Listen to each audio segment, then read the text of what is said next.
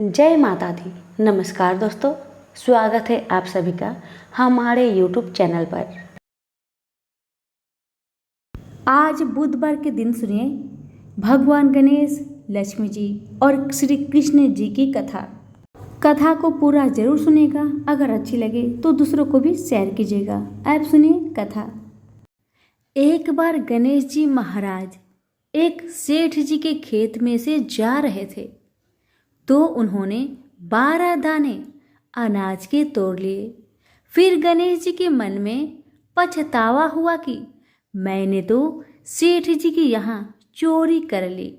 तो गणेश जी सेठ जी के 12 साल की नौकरी करने लग गए। एक दिन सेठानी राख से हाथ धोने लगी तो गणेश जी ने सेठानी का हाथ पकड़कर मिट्टी से हाथ धुला दिया। सेठानी सेठ से बोली कि ऐसा क्या नौकर रखा है, नौकर होकर उसने मेरा हाथ पकड़ लिया।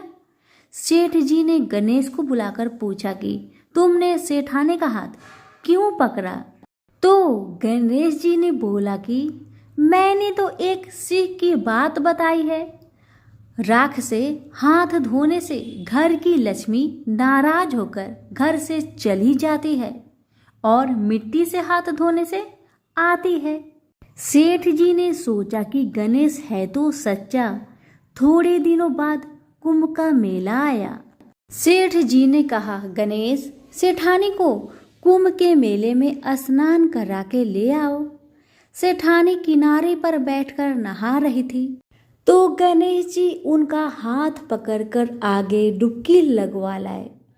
घर आकर सेठानी ने सेठ से कहा कि गणेश ने तो मेरी इज्जत ही नहीं रखी और इतने सारे आदमियों के बीच में मुझे घसीट कर आगे पानी में ले गए।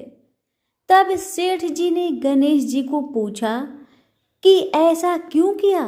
तो गणेश जी ने कहा कि सेठानी किनारे बैठकर गंदे पानी से नहा रही थी तो मैं आगे अच्छे पानी में डुबकी लगवा कर ले आया। इससे अगले जन्म में बहुत बड़े राजा और राजपाट मिलेगा। सेठ जी ने सोचा कि गणेश है तो सच्चा। एक दिन घर में पूजा पाठ हो रही थी, हवन हो रहा था। सेठ जी ने गणेश को कहा कि जाओ सेठानी को बुलाकर ले आओ। गणेश जी सेठानी को बुलाने गया तो सेठानी काली चुनरी ओढ़कर चलने लगी तो गणेश जी ने काली चुनरी फाड़ दी और कहा कि लाल चुनरी ओढ़ के चलो। सेठानी नाराज होकर सो गई। सेठ जी ने आकर पूछा, क्या बात है? तो सेठानी ने बोली कि गणेश ने मेरी चुनरी फाड़ दी। सेठ जी ने गणेश को बुलाकर बहुत डांटा और कहा, तुम बहुत बदमाशी करते हो। तो गणेश जी ने कहा, पूजा पाठ में काला वस्त्र नहीं पहनते हैं, इसलिए मैंने लाल वस्त्र के लिए कहा। काला वस्त्र पहनने से कोई भी शुभ काम सफल नहीं होता है।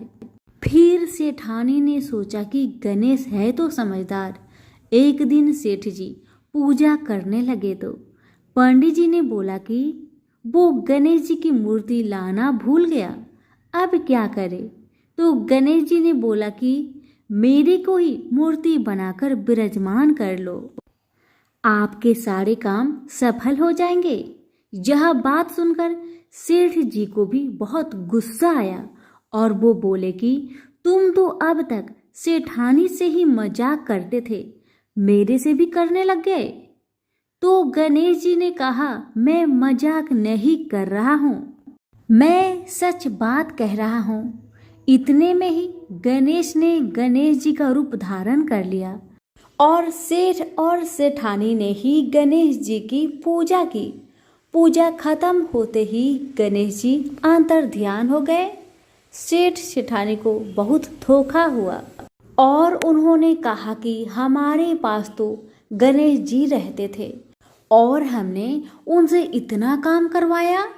तो गणेश जी ने सपने में आकर सेठ जी को कहा कि आपके खेत से मैं 12 अनाज के दाने तोड़ लिया था, उसी का दोष उतारने के लिए मैंने आपके यहाँ काम किया था।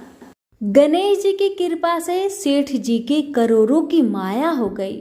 हे गणेश जी महाराज, जैसे सेठ जी को दिया वैसा सबको देना, कहते को, सुनते को और सारे परिवार को दे।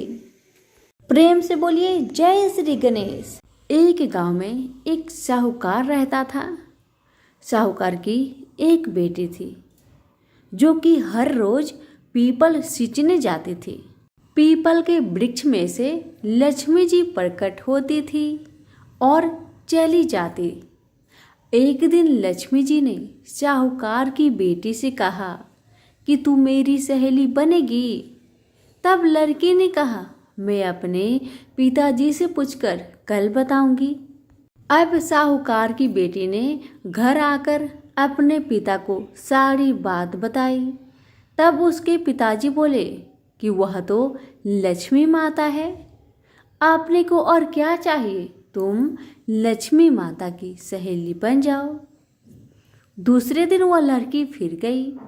तब लक्ष्मी जी पीपल के पेड़ से निकलकर आई और कहने लगी, सहेली बनेगी मेरी। तब लड़की ने कहा, हाँ क्यों नहीं, जरूर बनूंगी। अब लक्ष्मी जी और वह लड़की दोनों जन सहेली बन गई। एक दिन लक्ष्मी जी ने अपनी सहेली को खाने का न्योता दिया।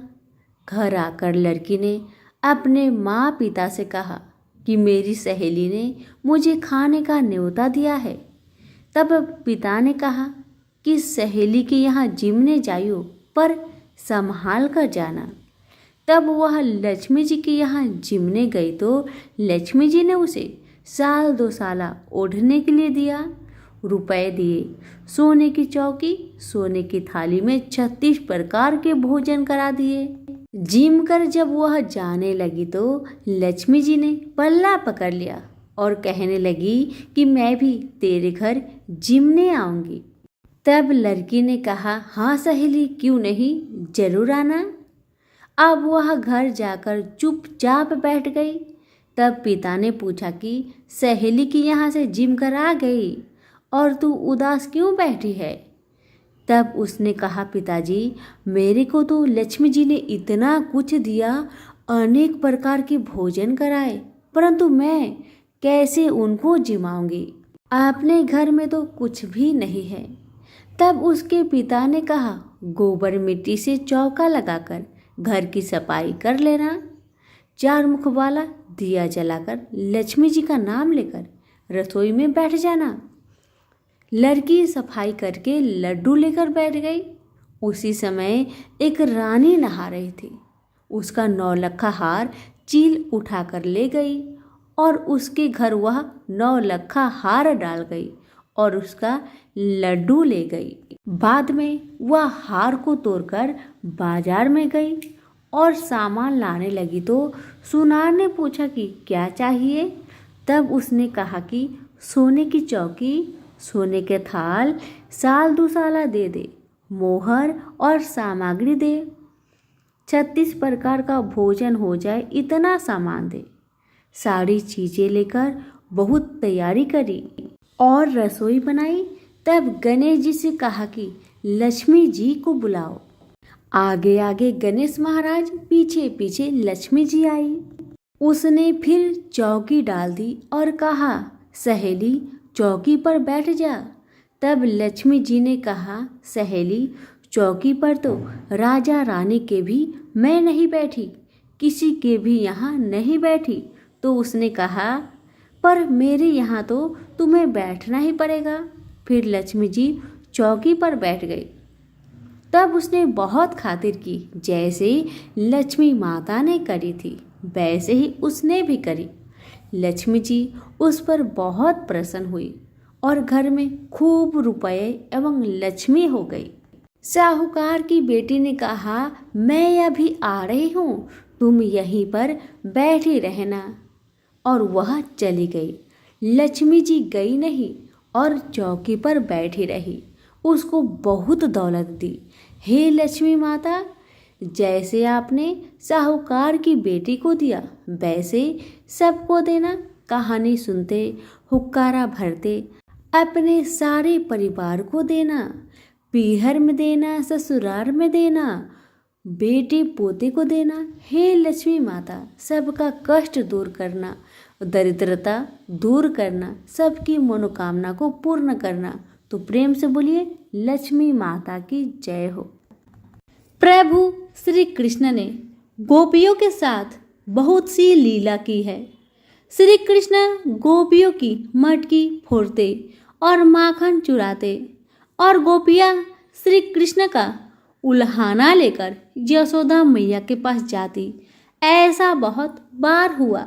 एक बार की बात है कि यशोदा मैया प्रभु श्री कृष्ण को उल्हाने से तंग आ गई और छड़ी लेकर श्री कृष्ण की ओर दौड़ी।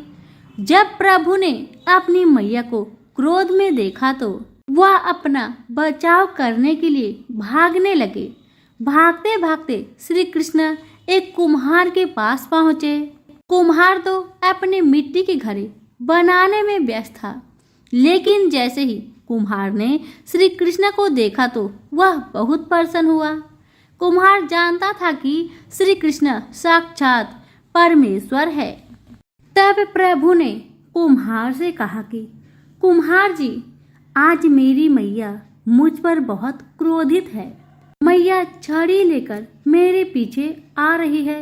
भैया, मुझे कहीं और छुपा लो। तब कुम्हार ने श्री कृष्ण को एक बड़े से मटके के नीचे छिपा दिया। कुछ ही क्षणों में मैया यशोदा भी वहां आ गई और कुम्हार से पूछने लगी, क्यों रे कुम्हार, तूने मेरे कन्हैया को कहीं देखा है क्या? कुम्हार ने कह दिया, नहीं मैया, मैंने कन्हैया को नहीं देखा। श्री कृष्ण यह सब बातें बड़े से घड़े के नीचे छुपकर सुन रहे थे। मैया तो वहां से चली गई। अब प्रभु श्री कृष्ण कुम्हार से कहते हैं, कुम्हार जी, यदि मैया चली गई हो तो मुझे इस घड़े से बाहर निकालो। कुम्हार बोला, ऐसे नहीं प्रभु जी, पहले मुझे 84 लाख योनियों के बंधन से मुक्त करने का वचन दो।